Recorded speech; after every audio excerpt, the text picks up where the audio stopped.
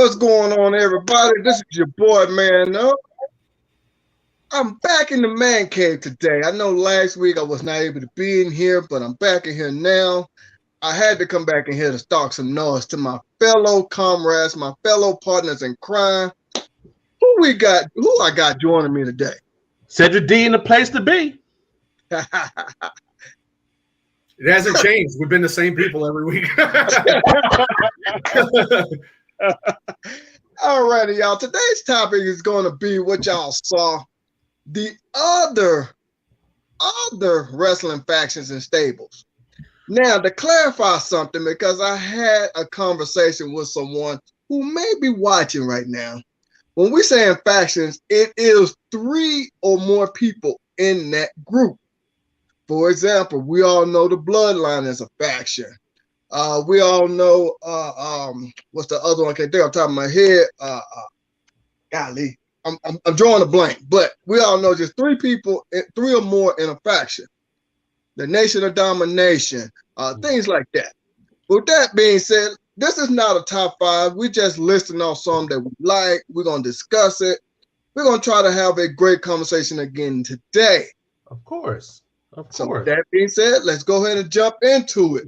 And you already brought up one of them, the factions. Because when anybody thinks about factions, you know, the first thing that would come to mind, NWO, D-Generation X, Bullet Club. Okay, I lost my train of thought. The Four Horsemen.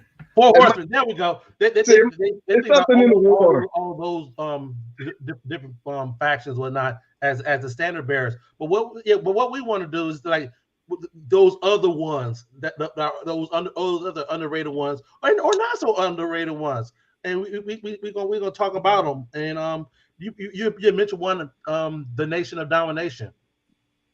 Yeah, I believe in last week's show we talked about Farouk Asad wearing that with that stupid ass helmet that they debuted him with when he debuted against Ahmed Johnson. They got rid of that thing and they came with the militant leader of the Nation of Domination, and they were off to the races. Yeah. Oh, and think about the folks that went into that group. Mark Henry, who WWF signed, he was floating out there in the wind, not really doing nothing with him. They put him in the Nation. Yeah. He had D'Lo Brown. They had him in there as well. This is after WrestleMania 13, because remember in the Nation they had all the other folks that was a part of the Nation. They had Clarence Mason, their attorney. They had PG-13 as the hype man. They're doing rapping, and whatnot. They had all these guys. Then they streamlined it, especially when they brought in Kamal Mustafa. Then they brought in The Rock. Yeah. So very, very, very underrated. And if I'm not, but I'm awesome faction. But title wise, I think The Rock was the only person in the Nation that whoever got a title. Am I right? No, D'Lo had the European belt in there quite a bit. Now, was it when he was in the Nation though? Yes. Really? Yeah. I'm pretty sure he had it. All right, okay. I'm pretty sure he had the European title in the Nation for a while, because I remember because I want to say whenever DX, I know when DX did that parody that they had the European title, that they did not, but I want to say that Triple H I think when Triple H had it, he dropped it to D'Lo, and I think D'Lo dropped it to X-Pac, and then I think it went back to D'Lo, if I'm not mistaken. I'm just pulling it up. I'm anal like that, so I'm like, what? Not saying you're wrong, but it's like so much history. We all know Rock had the Intercontinental Championship. Mark Henry Mark Henry got a belt after the Nation, so no mind. Okay. So yeah, Triple H then D'Lo, X-Pac then D'Lo, then X-Pac won it again. So yeah. Okay. It went back and forth a bunch of times, and then yeah. Alrighty. So just wanted to clarify that, and then also too, we're not talking about the well-known factions. Like I said, like he said, the Bloodline, the Judgment Day, the NWO, DX. Oh, I wasn't even talking about anything current. Well, no, I'm just saying anything current. I know, I'm just saying period. I'm just saying period. We're talking about the factions that were good, but they didn't get the push like they should have, if that makes sense. I kind of think the Nation of Domination did get the push, and especially with The Rock, and then and like I said before we went on air, I really do think your look at Nation of Domination, I believe, will definitely go in the WWE Hall of Fame. Now, what formation or group, who knows? Because look what they did with the NWO. Buff Bagwell didn't get in the WWE Hall of Fame. They cherry picked on that. X-Pac went in there with the damn NWO Wolfpack. Wow. But whatever. Anyway. No. Just to clarify, man, up in regards to our topic. The groups that we're talking about today aren't when you think of factions and stable, are not the first one that come off of somebody's lips. I know, that's what I'm saying. Because I just want to clarify that, because it's one of those four that someone will say first, then they will say something else. Like this next one, three or more people. Mm-hmm. The Freebirds. Yeah. The Freebirds. Revolutionary. Hell, they got where we have tag team with two people. They created the Freebird rule in regards to when they defend titles and whatnot. They had the free. They did outstanding work in wherever territory they went to, whether it's in Georgia, whether it's in Texas, whether it's in Mid-South. Freebirds freaking did freaking work. Then different variations. Like the different variation went to Mid-Atlantic, WCW, NWA, that territory. And it did outstanding.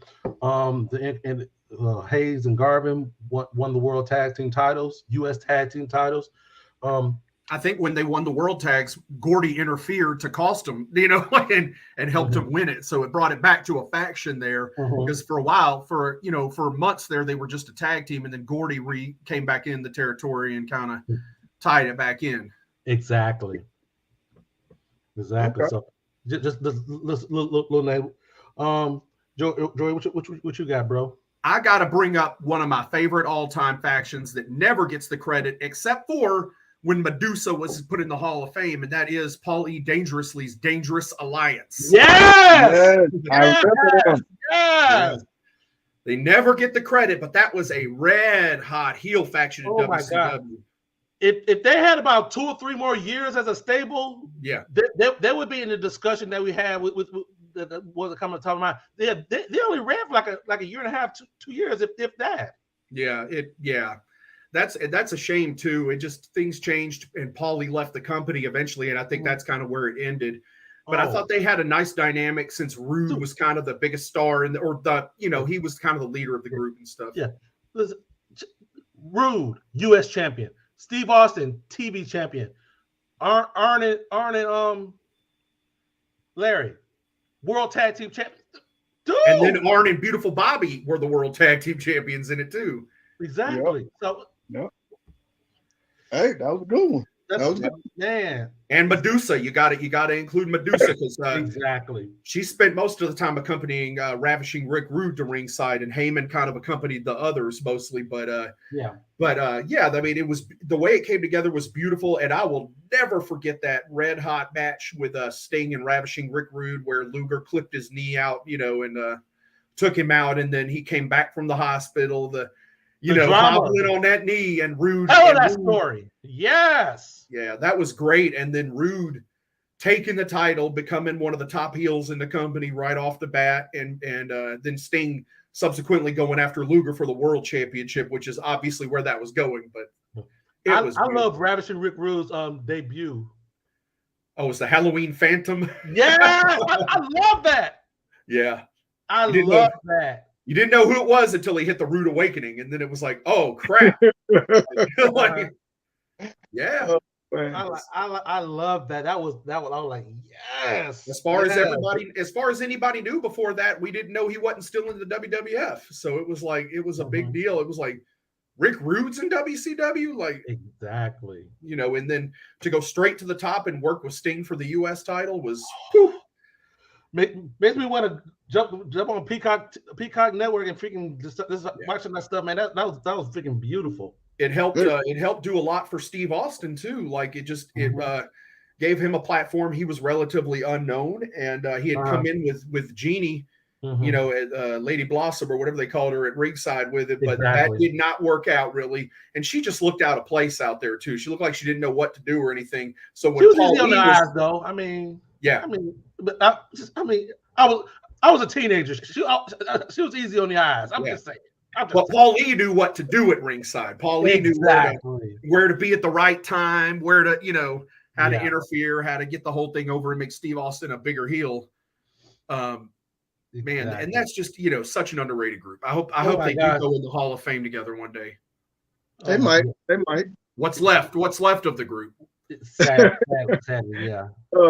Sadly, yeah. I got to go back and watch that the War Games they were in. Oh, okay. All right, my first one is going to be only one person was really stable in that group, and y'all know who it is when I say the Cabinet. And JBL was the man, of course, but that group, of course, they was a heel, whether you liked them or not. I think they was underrated. I don't think Orlando Jordan got a good title run with the U.S. title. Okay. I like the fact that JBL had his 2 security guards watching his back all the time, stuff like that. It was a cool group back in those days. Of course, Orlando Jordan was feuding, and JBL, I should say, both really, with both feuding with John Cena. I like the fact how I don't, as far as I can think of, I don't think this ever was done before when they blowing up a damn title. You know what I'm saying? And stuff like that. I thought that was awesome. How they did that. And to me, that group should have lasted a little bit longer than what it did. Now, don't get me wrong. It was cool, but I think the Cabinet should have been. I guess you say should have been around. Okay. Another year or so. I'll preface with this. During that run that they had, what other factions were in WWE? On SmackDown, I guess specifically. Yeah, we know Evolution was on Raw, wasn't it, at the time? Yeah, exactly. Nexus came after them. Right. That's a long time after. None. I can think off the top of my head right now. Exactly. But I was say that was there another one that kind of took away the thunder of the Cabinet, because it's like it's one of those that we didn't really freaking talk about. For the most part, I actually forgot about that one, but yeah, it's like it's like that basic formula. Have a good core around you to protect the championship. And it wasn't like today's factions to where, they were doing some cheating, some, sneaky handy shit. But JBL lost the title, got it back. Lost title, got it back. And every time he won it back, it's morning again, shit like that. It was funny as hell. He had the title once. Huh? JBL only won the WWE Championship one time. Well, no, I'm just saying, because he had the U.S. title before too when he was starting up the Cabinet. You see what I'm saying? So that's what I'm saying. No. Acknowledge yourself. Hold on. I think we got our timelines off here because he was the champion. He won the U.S. title. He won the U.S. title at WrestleMania 22 off of Benoit. Yeah, when Jillian was his manager. That was post Cabinet, right? Afterwards, that was after that time. Okay, we will come back. We're gonna clean that up in a minute. But yeah, so it's like they protected them for the championship, but then like right after that, you ain't really see the Cabinet. And I'm trying to say, didn't Benoit I mean, not Benoit. Didn't JBL beat Benoit for the no? For the U.S. title, yes, he did. You beat Eddie Guerrero for the WWE. You beat Eddie Guerrero. Eddie Guerrero. Yeah, that's 2 I'm years. having a brain fart. Yeah. I'm having a brain fart. Hey, yeah. That's why we're here, man. That's why we're here. But you know why? Between time. But you know why the cabinet didn't work out is because the Bashams and Orlando Jordan weren't long for the WWE right after that. Right after he dropped the belt, those guys were all unemployed for right after. Exactly. Yeah. Brown Tiger. Brown Tiger. I think you might be a little late to the party. We're covering those factions that don't get that publicity when you think of factions and stables. Everyone talks NWO, everyone talks Horsemen, everyone talks DX, everyone talks Bullet Club, but we're talking about those factions that nobody talks about, but definitely had their own touch on the wrestling landscape. And Joey brought up my next one, Evolution. I think they well. Go ahead. Yeah. Evolution did not run long. No, and that's probably why they're not in that discussion, because they were 1 to 2 years as well. But you have Ric Flair, the wily veteran, Triple H, who's coming into his prime, 2 young studs in Randy Orton and Batista. Well, one young stud. Batista about the same age as Triple H. Real young studs. All of them bona fide Hall of Famers. Yeah. But at that point when they started that faction, whoo, that's called trouble. It was that next phase of Horsemen without calling them Horsemen, but it had the same principles. And Flair was more in the J.J. Dillon role, where he was the player coach. And they eventually had their hands in all the gold, with Batista and Flair being tag champions, Orton the Intercontinental, and Hunter as the world champion. Yeah. Let's clarify something real quick before we move forward. We want to make sure everybody understands it's 3 or more in a group to be a faction. Mm-hmm. Not 2 people, that's a tag team. Right. 3 or more. All right, go ahead, Joey. No, I was going to say, I think, if you go back, if you've watched the stories on it about, people always talk about Mark Jindrak was originally supposed to be in Batista's spot, but which would have been disastrous compared to what had happened, because obviously Jindrak, was a decent talent, but not like, he didn't look like Batista. He didn't have the talent Batista had. So, that's one of those things Triple H and Ric Flair, or Triple H and Flair, knew better than to let that go on. But I think the group was really decided, to support Triple H like we talked about, but then to get Randy Orton ready for that next spot. And the funny thing was, it worked. Randy got ready, but what Randy lacked in maturity, Batista ended up getting, because Batista was a little older and was kind of more ready, and ended up getting a little bit more quicker, in the long run, out of that. But yeah, you can't deny the impact they had on WWE at the time, and it created, people always criticize Triple H and stuff like that, but it was truly his time. But look at all the stars he made and attempted to make during that time. He used it, kind of for good there. People just got sick of him finding a way to beat people, but it's the same thing. But you can't deny how great that was, and extended the career of Ric Flair.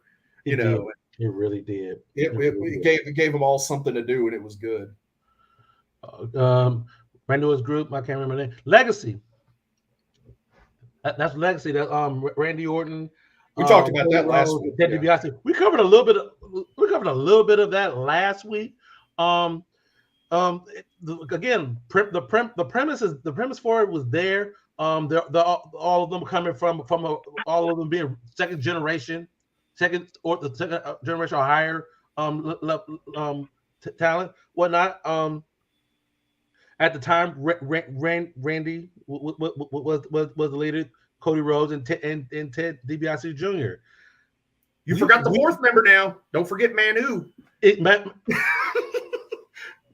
Again, it's kind of like goes into the topic. Whatnot, those forgotten ones. I forgot all about Dude until you just said it. Well, Manu didn't. One of these things was not like the other. 3 people had 6-pack abs, and one, and it didn't work out. He didn't fit the aesthetic. Sir, you get into the cosmetics of wrestling again, sir? No, I'm just saying it was. Listen, you can't tell me back in that time when you saw that on TV. If you think about it, like you were like, "Oh, okay," you know. All right. Just a quick plug. If you haven't seen our Cosmetic of Wrestling show, that was 2 weeks ago. You go up back on the channel and check that out. That was an interesting discussion as well. We were talking about the cosmetics of wrestling. Sorry, quick plug there. No, it's okay.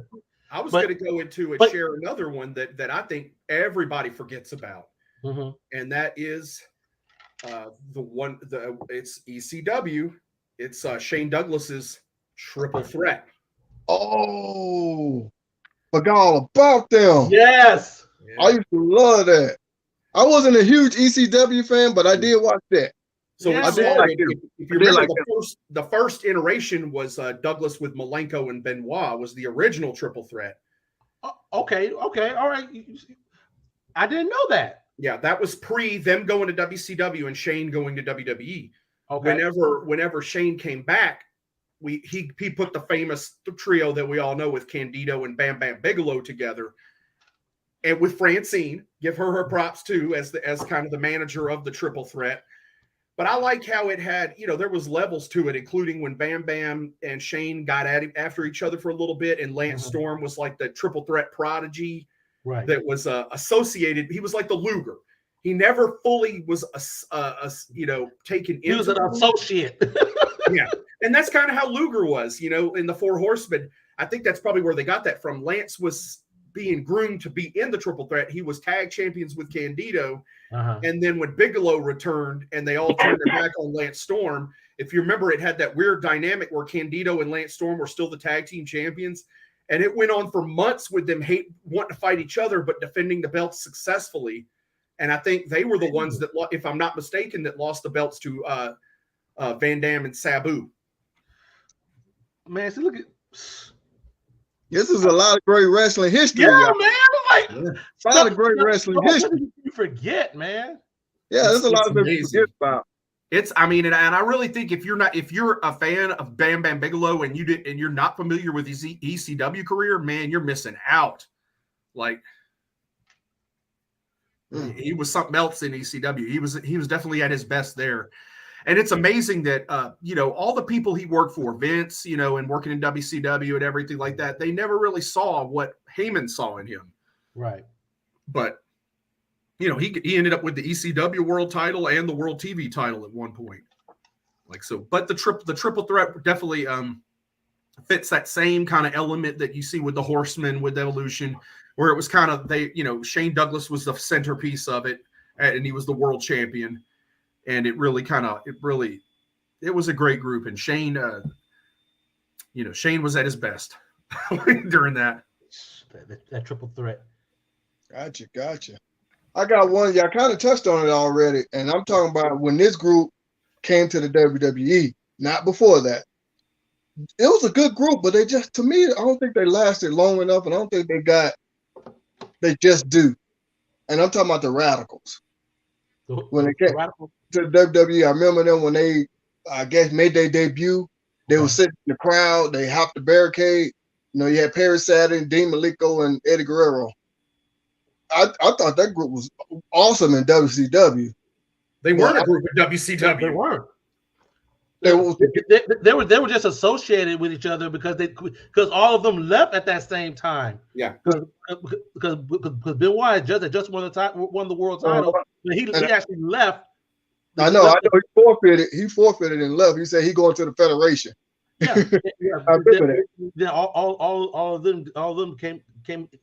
They were put together because they all came together at the same time. But behind the scenes, I think they were all cool. Yeah. They weren't a faction in WCW. But that's what I'm saying though. When they was in WCW, they was awesome.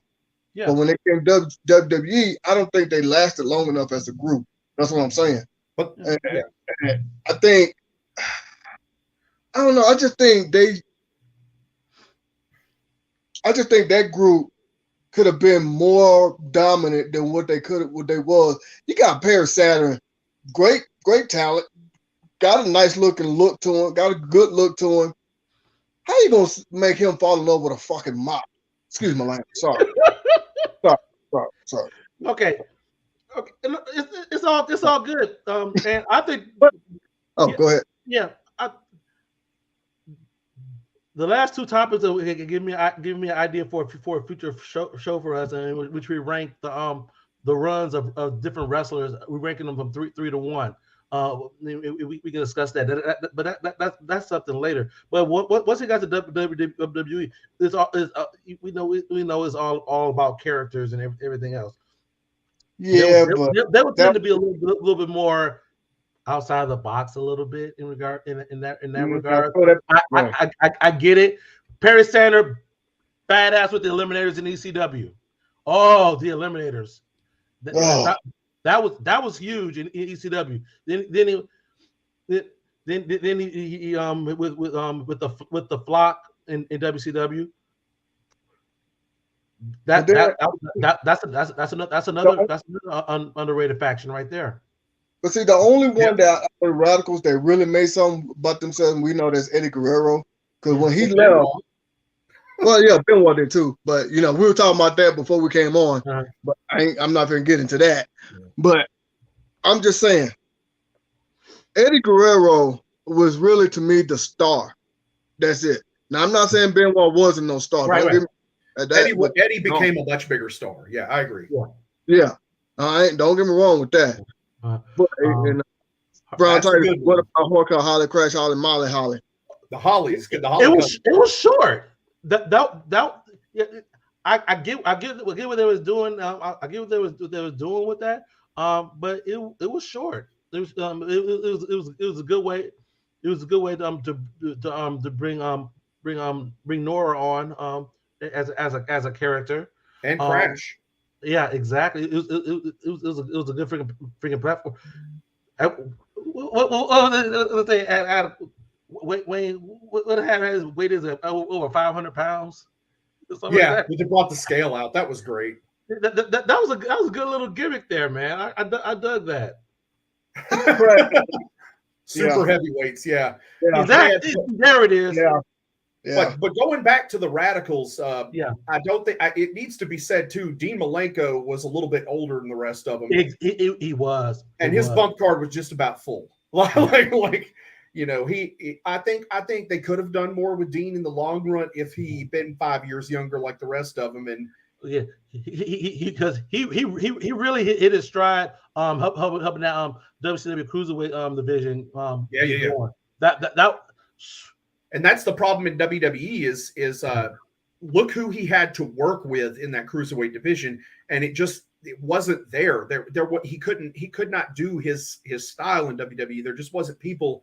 You can't get in there with a guy like Crash and a guy like Jerry Lynn and have the same magic he did with the Luchadors and with Ultimo Dragon and Chris Jericho and people like that. So he never got that opportunity to kind of get to work. They stuck him with the light heavyweight title, and they really didn't have a lot of people for him to work with.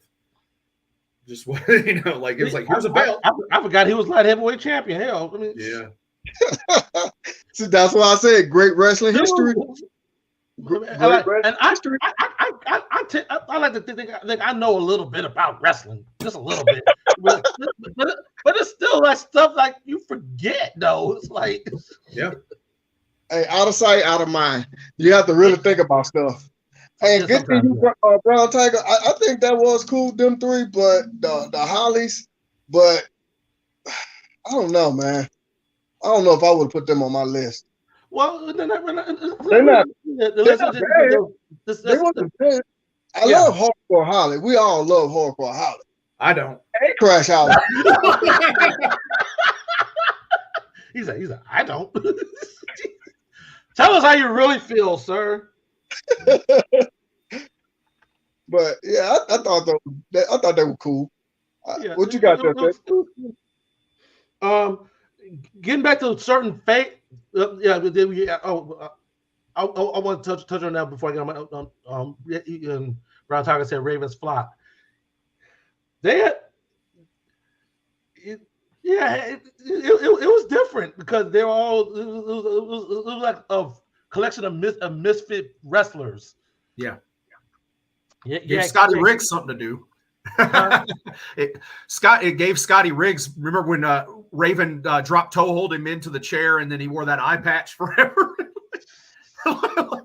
like his eye had fallen out or whatever because Raven did a drop toe hold into a chair. Yeah. Yes. Billy Kidman walking around scratching himself. yeah, like a heroin addict or whatever. Yeah, that was exactly. So it was different. It was different. But I mean, you think it launched Kidman because Kidman, nobody really cared about him before that. Then, and there you go. It gave him something, and Kidman, became a mainstay in the cruiserweight division after that. Yeah. Demon Malenko had two title runs. Yeah. Wow. Okay. I think he swapped it with Crash. I forgot that he held the title, honestly, because like you said, it's like WWF did not put a spotlight on that light heavyweight division. They're just like, here's a belt. Exactly. They're like, okay, we'll find somebody for you to wrestle. Yeah, a smaller guy. It's kind of like how WWF was with the women's title, in which they had to find people for Alundra Blaze to wrestle. Yeah, really. They just brought in everybody she wrestled in Japan. Exactly. like here, like who'd have you wrestled before that we can book? Oh, okay. Yeah. Okay. We'll make that phone call. We'll get them over here. Yeah. Then they had the little agreement they had with what was it, All Japan or something like that. Yeah. Okay. So, but yeah. I want to touch on some of the stables from back in the day. It definitely like in a particular era of it of the faction. I want to highlight the Jimmy Hart's Hart Foundation at circa around June 1987. He already. Well, you're talking about a different Hart Foundation, aren't you? He's talking about the Jimmy Hart. I'm actually talking about the Jimmy Hart's around 1987.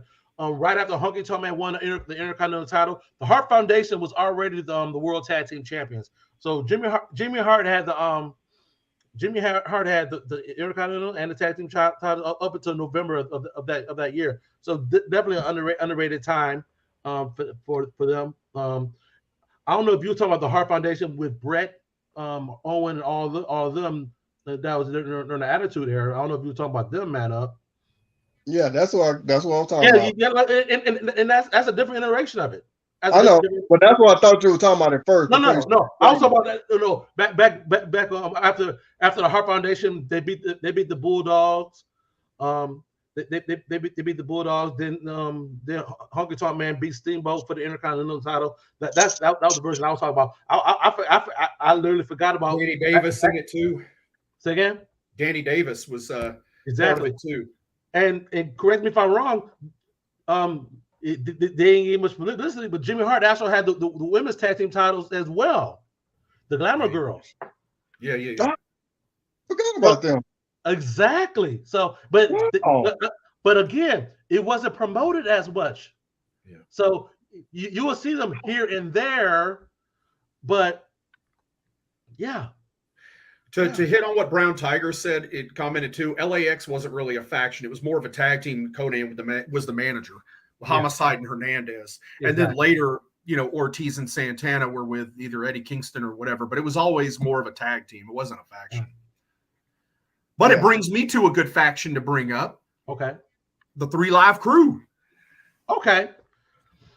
If you don't know, it was you got Ron the Truth Killings, BG James, the Road Dog, aka, and Conan were actually, they did the Freebird rule as a tag team, but they were a faction running around. Mm-hmm. Yeah. Okay. That's definitely an underrated group. Definitely. Yeah. All right. Well, I was talking about the Hart Foundation with Brett, Owen, all of those. That's what I was talking about. Yeah. I wouldn't say that's underrated, though. You wouldn't? Well, I would, because I think they should have been better than what they was. Put it like that. It was a good compliment to what everyone else was. Whereas it was the rise of Stone Cold, whatnot, and Bret was with the rise of Stone Cold. Bret's popularity was going down. He was. That's when he had Bret Hart was hated in the Hispanic NWO. Hold on, Canada, and they played off of that a whole lot. So it kind of served that purpose as well. Owen and Davey had their hands in gold as well. So there's one definite reason they're not. Now I guarantee you the reason the Hart Foundation was put in as a tag team versus that group is because they're not going to put Owen Hart in the Hall of Fame. His ex-wife will not. His widow is not going to allow that. So I don't think they're underrated because I think they are definitely would be in the Hall of Fame if they could put him in like that. Exactly. But they can't put Owen in the Hall of Fame. It's never going to happen. So the Hart Foundation from 97 is never going to the Hall of Fame. They will not do that Hart Foundation, that version of the Hart Foundation without Owen. Right. Jim definitely deserved to go in, which is why the Hart Foundation went in as a tag team. You had to get Jim Neidhart in the Hall of Fame. And I was just going to say, I think the legacy is kind of living on with his daughter Natalia, but I liked that group, but I think they should have. I guess you're right. Bret was he winding down, things like that, and I don't know. I just feel like that group should have lasted a lot longer. Well, maybe in a different era. We know why it didn't. Yeah. So what, Joey? We know why it didn't. Bret left the company. Well, I know that. But I'm just saying, I just feel like it should have lasted a lot longer. It probably would if it had stayed with the company. But the purpose of that group essentially was to continue to help build up their new baby face. Yeah, Stone Cold. Yeah, that was the purpose. But I mean, let's be honest too, and Bret would know this. The intention, you could tell the intention for the long-term storytelling was always for Shawn to drop the title to Steve Austin.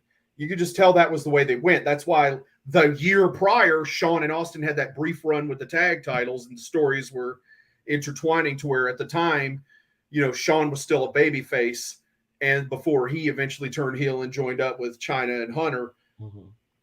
There was definitely some storytelling there. I have no doubt in my mind that the long-term idea was always for Shawn to be the one to drop the title to Austin. Mm-hmm. Yeah, because can't argue that one. And you call it the Generation X. It's like, yeah, it's like we're gonna lead back to that group somehow, some way. Exactly. So, but Brown talking about Hispanic NWO. What he know about them? The Latino World Order, not the Hispanic NWO. Oh my God!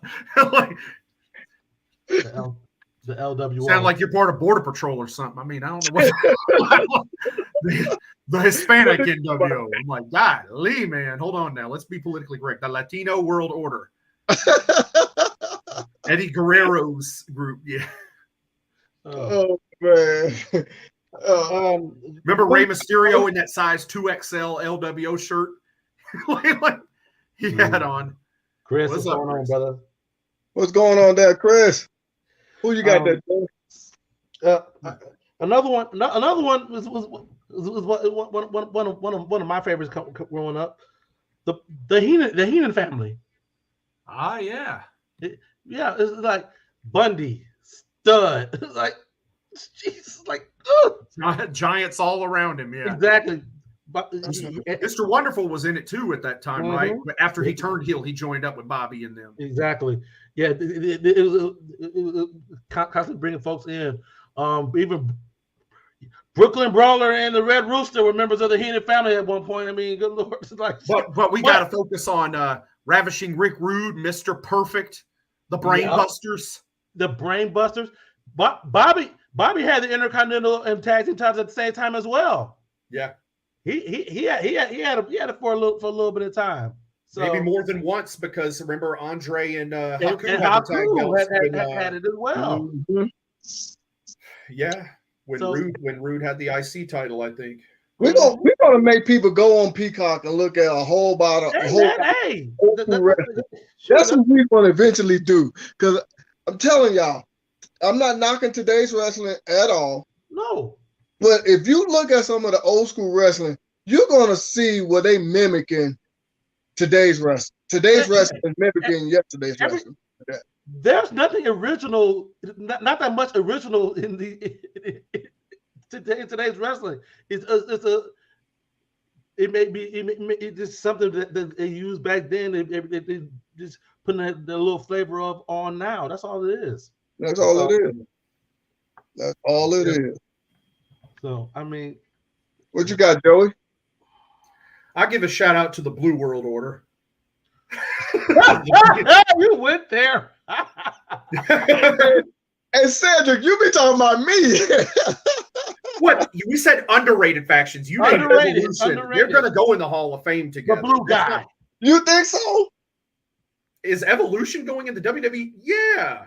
No, you said Blue World Order. No. I said I don't really consider. We're talking about underrated, forgotten factions, and Evolution to me, like Evolution, Hart Foundation 97, all these groups. Those are all. They're not forgotten. Those are all like high caliber factions that are Hall of Fame bound. If it weren't for Owen not going in the Hall of Fame, Evolution's going in the Hall of Fame. Hopefully before Flair passes, but that's happening. You know that's happening. Oh yeah, of course. That's what I think. The only reason they're holding off is they were waiting to put Batista in by himself first, and that fell through because he was supposed to be in that class with Kane. He said he didn't want to, because he wanted to make at that time. I know things have changed now, but he said at that time he wanted to make sure his wrestling career was over. That's why he didn't want to go in yet. Yeah. Well, now I think he's sure. Now he wants to go ahead and go in. The BWO was hilarious, though. I mean, it just was. They are underrated. They even had that little comeback in WWE at the time. But yeah, I mean, it was good. And I mean, there were other members at one time, because I remember they had a Dennis Rodman knockoff in it, a Six Pac knockoff. There was all kind of ridiculous. But you had the core group with Nova and Stevie Richards and Blue Meanie. Okay. I see your Blue World Order, and I raise you the Dudley Family. Man, that was my next one. The Dudley family. No, I'm talking about the ECW Dudley Family. Was Spike Dudley? Was Spike Dudley? Let's see. Hold on, man. Up now. Quiz you. Besides Spike, Bubba, and Devon, name some other Dudley family members. I don't remember all of those in ECW. It was like 6 of them. It wasn't that many. I can't remember another one now. We got to check your knowledge. Come on. But I remember that because that's when they all joined. They were throwing chairs in the ring, all that shit. Excuse my language, sorry. But I remember that. I cannot think of the names though, but I know what you're talking about. Oh, dude. I was there because I love freaking Gertner's freaking introduction of him. It's freaking amazing. The silence behind the violence. The silencer. Sign Guy Dudley. Yeah. And then everyone's favorite Dudley, Big Dick Dudley. Are we allowed to say that? 25 inches of arm. That's the creature that last night impregnated your mother. Big Dick Dudley. And who can forget one of my all-time favorite Dances with Dudleys? Exactly. the Native American member. Oh my gosh. Freaking Gardner, man. Gardner was like, he had me rolling. Yeah. The most righteous brother in the building. Joe Man. Dudley. The quintessential stud muffin. And a good goddamn handsome man. Just like Rubik's Cube, the more you play with it, the harder it gets.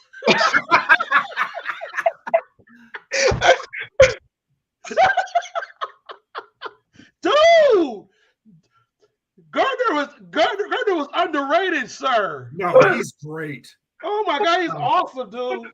Freaking Joel We almost, originally when they had the Rainbow Express, it was supposed to be like a 3-person group with Joel Gertner as the mouthpiece in TNA, and that would have been great too. But I remember that Lodi got hurt before the first TNA pay-per-view, and then we got Lenny Lane and what's his name, Kiwi as a tag team, and Gertner. I remember Gertner did the introductions, or I think, and oh gosh. Yeah. What about I'll give you another ECW one. What about the Impact Players? I'll be right back. Okay. I gotta consider them as a faction because you had Jason, who wrestled part-time. Yeah. You had Dawn Marie. Just incredible. That's Storm, Dawn Marie. Marie, Lord have mercy. Tammy Lynn Bitch. Yeah, I know, right? Stuff was good. The Impact Players. Man. That was the highlight for me of one of the highlights for me when they did ECW One Night Stand when Lance wrestled Jericho was the whole Impact Player reunion when Justin Credible came out there and caned Jericho and cost him the match, and Lance got the big win, and then they did the pose with all of them in there and Jason and that was that for me. You missed that, but we were talking about the Impact Players in ECW with Jason was kind of a player coach because he wrestled sometimes, and then he was the manager too.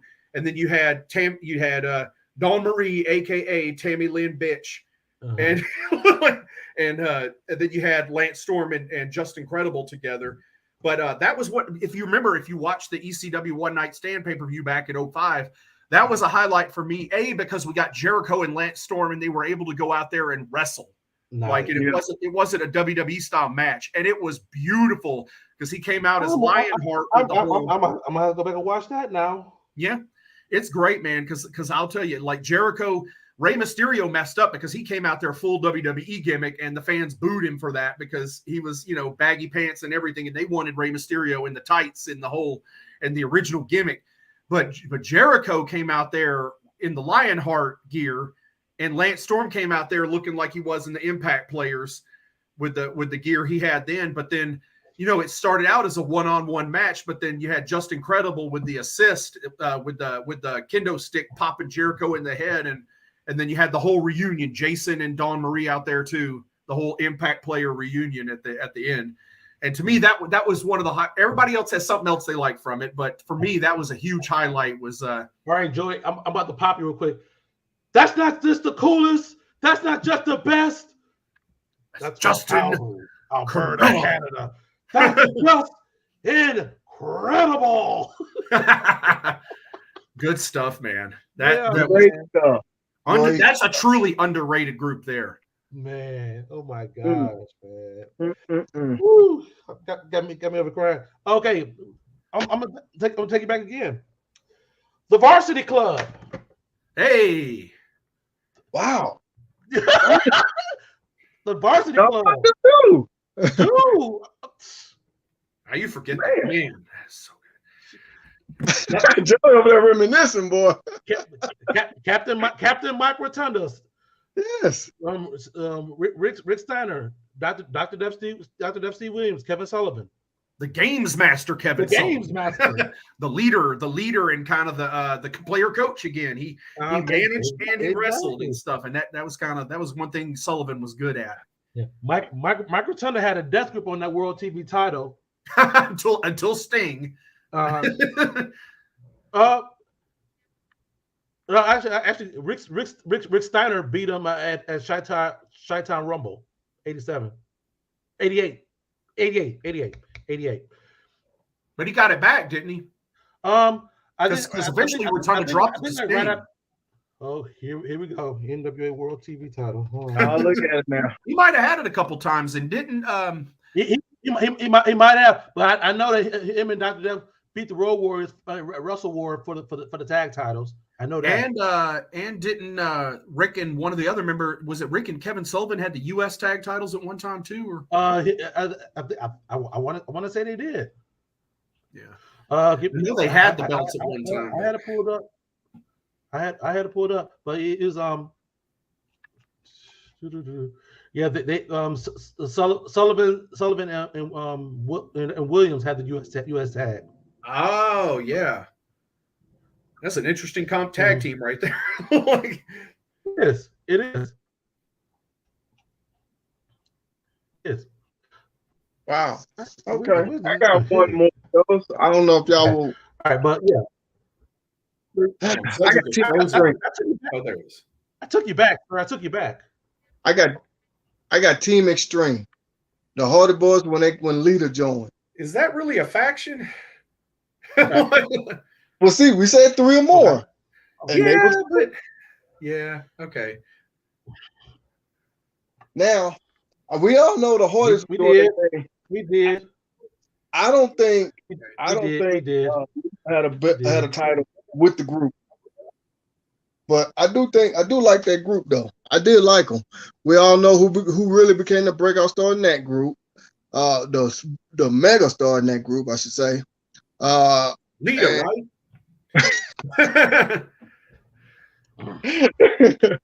If you want to say, but okay. but I think Team Extreme, they had a decent run, but nobody really talks about them. You know, I think it got more encapsulated. It was the Hardys more than Team Extreme. I know. That's what I'm going to get at. Yes, Lita wrestled, whatnot, but it's like it still was like the Hardys, you know. Yeah, I know. That's what I'm going to get at. I think that's one of the reasons why they're going to break up, but I think the main reason why they broke up is because the I guess you say the real life drama that Lita and Matt. Yeah. It split up before that because that's when you're talking about Matt turning heel and going to Smackdown, turned on Jeff, went to Smackdown and did the version 1 thing long before that ever happened. I love those Matt facts, by the way. Those are awesome. That's when SmackDown was actually unique and different from Raw. Version 1. Starving himself to get down to cruiserweight. Little detail. I like that though. I like that. That was good. He on the treadmill all the time. That's when he beat Rey Mysterio for the cruiserweight title. That was funny. I like that. That was funny. I'm a stickler for those little details though. I was cool with that. Yeah, that was funny as hell though. I liked it. I was like, what in the hell? Damn well he ended up waiting no cruiserweight. Exactly, but they're still telling that story of him trying to make the way to, create some kind of real hey, you got to be at this weight to be in the division. It's like, what was it? It was like 225 back then, wasn't it? Exactly. Yeah, something like that. Eventually, the whole wrestling industry got smaller, and then it became 205, with most of them being like 150 pounds. Yeah. Joey, talk to me about some of them Japan ones. Oh yes, he says yes. All right, so I'm gonna go on, and some AEW fans are familiar with it, but one of my favorites is Suzuki-gun. Okay. Which is led by everybody's favorite Japanese legend, Minoru Suzuki, the founder of freaking mixed martial arts, the guy that invented pancrase, and is a legitimate shooter. But yeah, a lot of people kind of missed out on that. That was a great group. I think I can't remember if it still has a presence at all, but I know Taka Michinoku was in it at one time. You had Lance Archer sometime. I remember when Minoru Suzuki is there, and he was kind of, like going to ringside with him, and I think they tagged up for AEW one time. Mm-hmm. But Archer's connection with that really was with him and Davey Boy Smith Jr. as the Killer Elite Squad. Yeah. As part of it, and their many runs as IWGP Heavyweight Tag Team Champions and NWA World Tag Team Champs, and NWA and Global Honored Crown Tag Team Champions in Pro Wrestling Noah. When the whole faction actually went to Pro Wrestling Noah for about a year and a half. And they dominated, and I believe Suzuki got a run with the Global Honored Crown Heavyweight title. And, Lord knows, he's still, let's be honest, Suzuki's one of those guys too in Japan. He's a true legend that he can get beat and nobody cares because you still want to see him because he's going to do something. if you get in the ring with him, he's gonna mark you up. Like he's gonna, Daniel. They want to see Bryan Danielson wrestle him, and he gave Bryan a beating. He put him over, but he gave him a hell of a beating. Now you're our Japanese expert and whatnot. So, but I understand like they're Suzuki-gun, Chaos, Lij.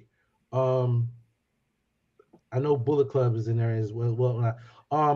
The differences between the factions like in Japan versus what there are in the U.S. Is there like a? Well, I mean, Bullet Club. People forget Bullet Club is supposed to be a Gaijin faction.